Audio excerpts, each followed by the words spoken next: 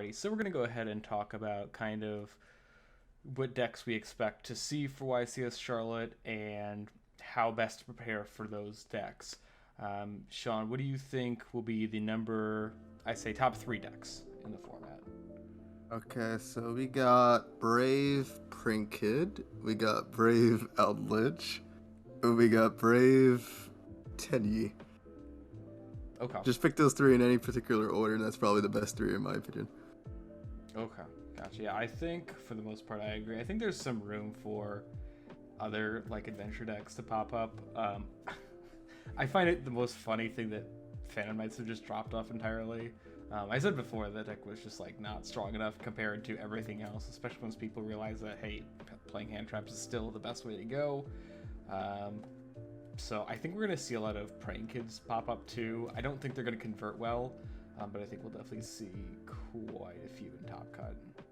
I think Phantom Knight had half the amount of ref as PK, as I can't say PK anymore, as Prank Kid in the last YCS, so I think you'll still see the deck. It's just not as good as the other decks currently. Yeah, I think everything else is just better overall, especially because Phantom Knight plays are extremely streamlined.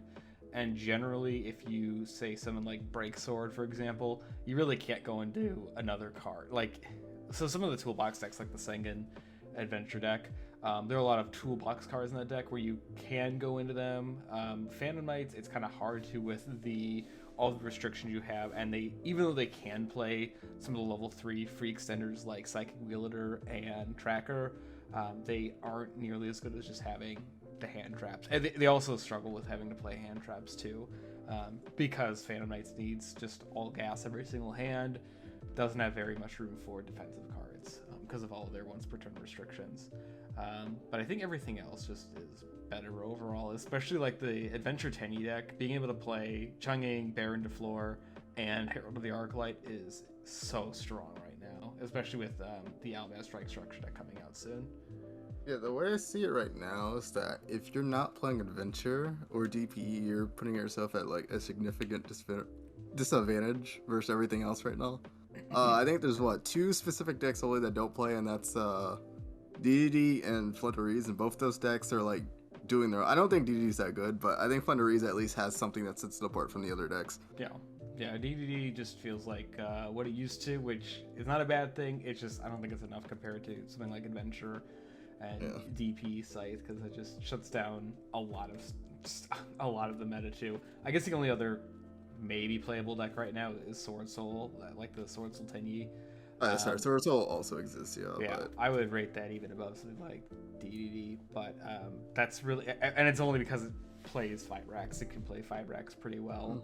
The other decks not as much. I know DDD has 5 racks lines, but it's just you're setting yourself up for not being able to do too much if you don't play 5 racks and Adventure in the current format. That's just how it is. I think, even though I don't like having to play DP, I'd rather play Adventure Tenyi. I feel like I want to play some other Adventure variant, like the Sengen version, because I like just the way that everything interacts with each other, like the level 3s. I mean, there are Brave Tenyi variants that have been doing pretty well, like Brave Tenyi with the Carbonated engine. Oh yeah. Over Sengen. I think that's kind of cool. Yeah, it's really cool that you could summon your level 1 tuner. Sometimes you can play Aqua Spirit or the level 2 Guard Dragon if you wanted to, but usually Flamfell Guard is the optimal one. And then Luster Dragon. I know Raphael Nevin was saying that he played Luster Dragon for the Wanderers matchup just because it's something. Yeah, I mean, it makes sense. Yeah. And you do need a level 4 non-tuner in the deck as well. You might as well just play that. There are other cards that you can play that are level 4 non-tuners that are wins well, but I know one of them came out. It's a normal in Battle of Chaos, but it's just better to have Luster Dragon anyway. 1900 attack, just like Garnet too. But yeah, I think that a lot of those we're going to see. I don't think, if you're playing in the YCS, I wouldn't expect to play against every meta decks every single round. I think rounds 1 through maybe 3, you might play against some kind of rogue or just nonsense decks, especially because a lot of players started playing right as COVID hit. A lot of people have not played in any in-person events, and that means that a lot of them don't have the same experience that you may have if you've played in a lot of regionals, in-person regionals, YCSs, nationals, anything like that before. So those people may not have the same kind of awareness of the game as you may have. You may not have, same awareness as other players. Or if it's your first time going in, you might just play a suboptimal deck just from what you see online. Because the online space and in person is different in the way that people interact with each other, especially. And I think that's huge. And just playing through, up to sometimes 16 to 18 hour tournaments, especially for big events. It's a lot different. It's a lot different, and it's more mentally taxing, and physically taxing if you're there, all day, especially depending on the internal conditions. It's different than playing online. I think it's going to be a huge adjustment for some people. Again, because they haven't played in person whatsoever, or at the very least, not at huge YCS level events. I agree full-heartedly. I think it's kind of crazy that, I guess in my area, we have 2 back-to-back regionals all of a sudden, and then a YCS, and this came out of nowhere. Right. It's just really funny. Yeah, like we knew about Las Vegas and Pasadena like a couple months in advance, I think. Yep. Like I heard rumors about Charlotte, but there was nothing concrete. Yeah, there was nothing and concrete. It just came out of nowhere. Yeah. Just out of nowhere. I mean, 3 weeks? Something to consider as well. But it's just crazy how they just announced it out of nowhere. Not a bad thing, though. Not complaining about it whatsoever. I know Pokemon, they're having a Salt Lake City regional very soon. I actually think it's this week or next week, something like that. And everyone's excited because this is the first in-person regional. The Florida one that was supposed to take place beginning of April was actually canceled, and that was supposed to be one of the first in-person ones, or like the second, something like that. But people are excited now for that. I'm sure people are just excited with this YCS Charlotte too, and it'll be nice to see a big in-person event. I know the East Coast events like this tend to be pretty big too. I think the lowest player attendance for a YCS was Salt Lake City. Funny enough, a couple of years ago, but I think the East Coast ones, especially like Charlotte, because that's more of a touristy area. Same with any Florida ones, any like southern regionals, they are always good for tourism. I think those will have boosted numbers too. Same with like California regionals or YCS. Those always have big numbers because lots of West Coast players. But I think Charlotte was a good place to start out for the first in-person regional for the 2022 season. And so for those who may not know, we have some tips as well. Just some basic questions we've had before on what to do, what to bring for your YCS. The number one thing is to, at least for, when you're actually attending, is to bring a reusable water bottle, preferably. Some people like the plastic water bottles, that's cool, whatever. Bring a reusable water bottle, any kind of water, and snacks. You are going to get hungry, and I know for a fact that they are not going to allow snacks within the event. So you have to go outside and drink your water. I don't know if they're going to enforce that. We'll see. And then go outside and eat snacks, whatever. But you do want to have them on hand, especially when there are vendors, for example, how there used to be vendors outside of events selling snacks, food, whatever. It is expensive. It's really, really expensive because they bump up those prices. They anticipate everyone trying to buy snacks there. They don't anticipate people bringing snacks beforehand. But you want to have a water bottle in hand, and you kind of need it.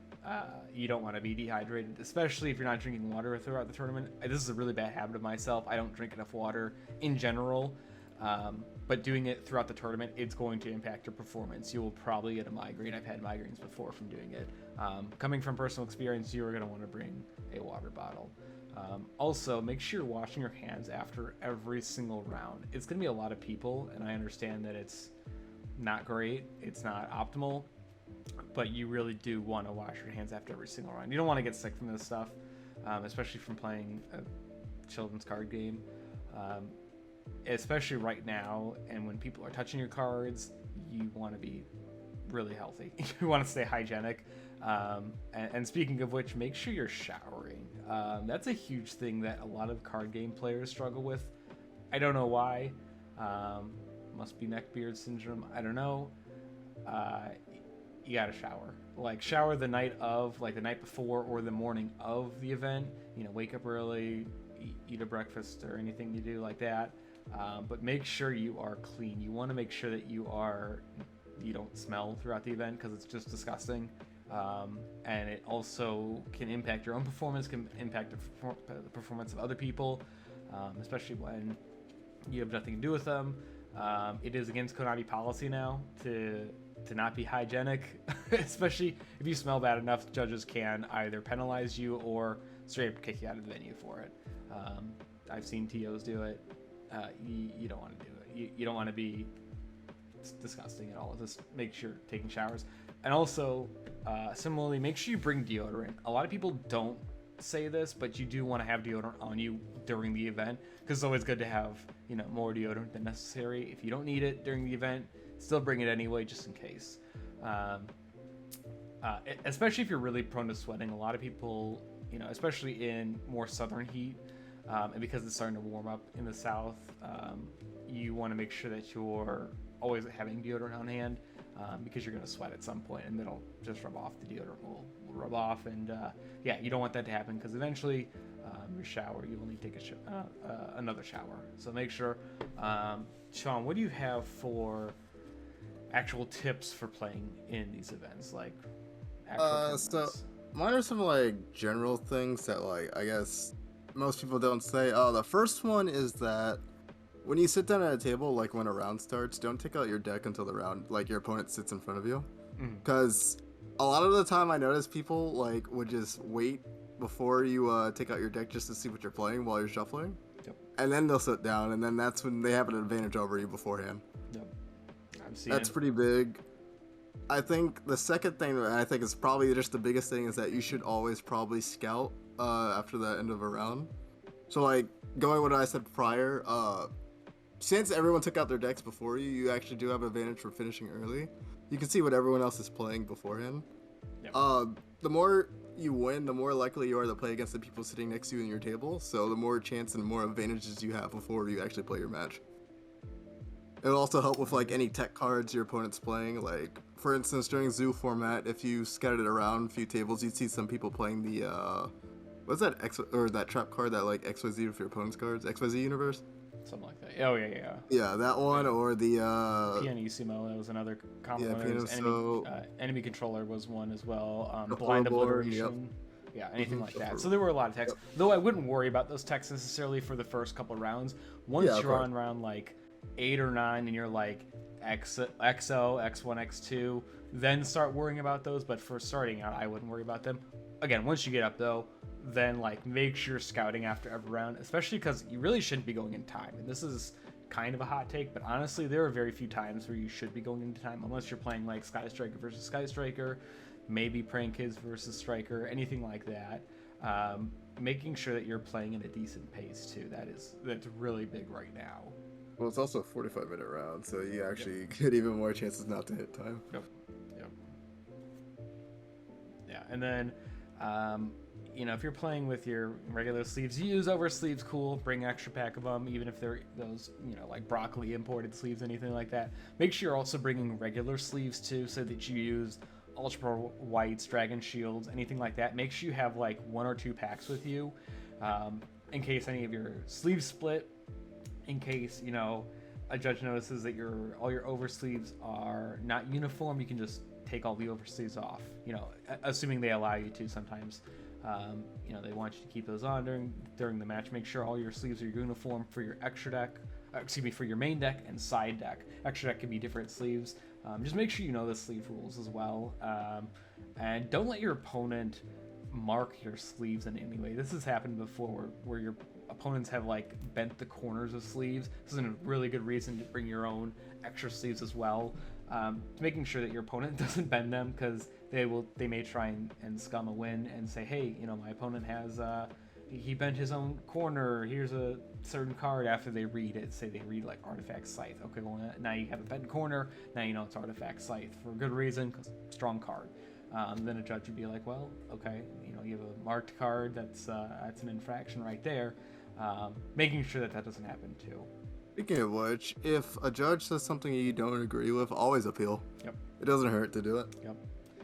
You can't get penalized for it, because you as a duelist, you have the right to always appeal a decision of a floor judge. Head judge, you can't appeal that, unfortunately, because head judge's word is final. But yeah, definitely want to always appeal, especially if you know something is like well known, and for whatever reason your opponent doesn't know, for whatever reason you think the judge doesn't know. I've seen judges when I used to judge in Columbus, Ohio. I saw a floor judge. I heard him say that Artifact Scythe does not activate. Okay, that was 2017, 2018, something like that. We all know now, especially because it's so well played now. It's commonly played in the format, and it does. Both the effects to summon and the effects to lock you out of the extra deck, those both activate. That was just straight up an incorrect ruling. That actually lost the player the match. I don't remember the exact interaction, but they absolutely should have appealed to the head judge. Things like those, you always want to make sure, especially once you get to later rounds. Again, if you're above X2 or at X2, make sure with any rulings that you appeal with the judge if you feel like, or appeal the ruling with the head judge if you feel like it's incorrect. Also, make sure you're not talked out of calling a judge. If you want to say, hey, we want to make sure that this interaction is played correctly, because this game's not easy. It's complicated with these interactions and the way cards work.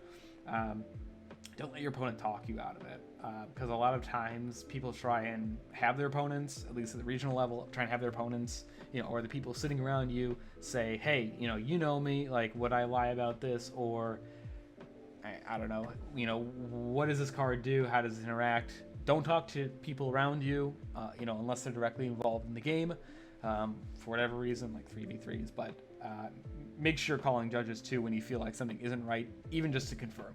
Of course, there are some questions that a judge can't answer, but if it's just like procedurally, if you do something and you want to just make sure that it is a legal play after it's done, feel free to call a judge on that. Just don't let your opponent talk you out of it. And then this is also really important, especially for coming back to in-person YCSs. Make sure you have a paper and a pen or pencil to keep track of life points and mandatory effects and notes, anything like that. Life points have to be kept track on pen and paper. That is a requirement by the tournament rules, and a lot of people don't do that.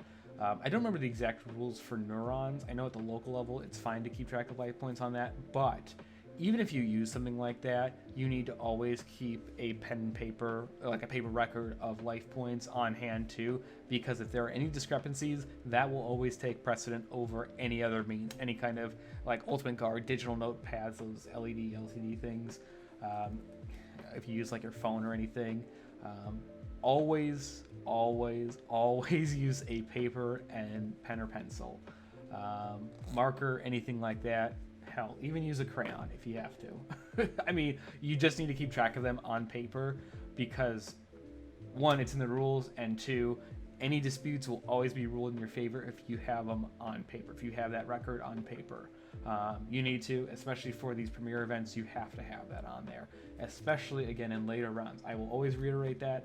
Make sure in those later rounds you are doing everything basically perfectly. You need to have your procedures down, how to play the game properly, like down. Make sure you're not doing anything that could cause any procedural errors, anything like that in those later rounds, because they will add up. They will stack up, especially once if you make day 2, for example. Even a minor infraction will be scrutinized more harshly because you are in the upper echelon of that event, especially once you make top 32. I have seen where judges have disqualified players for even more minor things because they were in, top cut, because those actions have to be scrutinized more. Just make sure that you're following the rules. That's basically what it is. So, and then as far as playing, there's a lot to talk about with the actual metagame theory. I wouldn't worry what top players are playing. I would just worry about what you know about the format. So we know, hey, adventure you're going to see adventure at some point. The cost doesn't matter. Cost for the competitive Yu-Gi-Oh scene doesn't matter. Good decks to be played because they're good, not because they're expensive or because they are not expensive. It's different from some other card games. But don't worry about what the big players are playing. For example, a couple weeks ago, Pac was playing DDD. Okay, well, that's clearly not a very great deck compared to the other decks. He just wanted to play that, right? He thought it was a good pick. Good on him, cool. That is not what you're mostly going to play against. You're mostly going to be playing against adventure stuff and maybe some like rogue tier stuff, because they always have, the rogue and non-meta always has the most representation round 1 in YCS level events or higher. Just don't worry about what what those top players are playing. Worry about what you know is going to be played and how best to practice those matchups. You know, especially if you've been practicing for a while. Just make sure that you are doing what you know what you need to do, depending on whatever deck you're playing, and know what you're most likely to expect. If you catch something that's off meta, anything like that, that's okay. You know, you should be able to adapt as a player from there, especially if it's a theoretically weaker deck than some of the best decks. Yeah, and then going along that, I wouldn't listen. Again, don't worry about the hype for tech cards until later rounds, especially once you're in the top cut. Then you need to worry about it. Really, the idea is to deck build to top an event, not necessarily to win. The winning decks, the difference between those winning decks and the decks at top, generally speaking, besides player skill, are some of those techs. But the idea is just to build to top. And that's where you really want to ignore the tech cards until you're in, you know, day 2, maybe top 32. At that point, I wouldn't worry about anything else other than what you know, what's standard, what the data has shown for the past, you know, 3-4 weeks since the format started. You know, you just need to know, use the data that you have rather than what you think the data will show later on, because you're not going to want to use, you know, what you think are the future results for playing in the current moment. And then similarly, you know, for these larger events, you're probably going to see, again, 1 or 2 random decks, maybe the first 1 to 3 rounds of the YCS. By round 5 or 6, you're pretty much only be playing mostly meta, because that's usually what kicks out some of those rogue tier. You might see, I don't know, 1 or 2 decks pop up here and there that do make it past those meta decks, but it's not common. I wouldn't build around that, because that is not I wouldn't say it's the correct way to think about how to play the game. But yeah, I think that's really what we have for this YCS Charlotte, this metagaming discussion. We're going to get into a lot more of how the format's going to change once Albaz Strike is out after Charlotte. And we're also going to be posting some the Albaz Primer videos, so you guys know exactly how to play that deck once it comes out, both for the Albaz Strike and for Dimension Force, and some other builds for that deck. We'll post the results of YCS Charlotte once it comes out and some of the case tournaments that are around in the areas, especially on the East Coast. Yeah, basically that's it. As always, thank you guys for watching. This is Eric and Sean with OzoneTCG. We'll see you guys in the next one.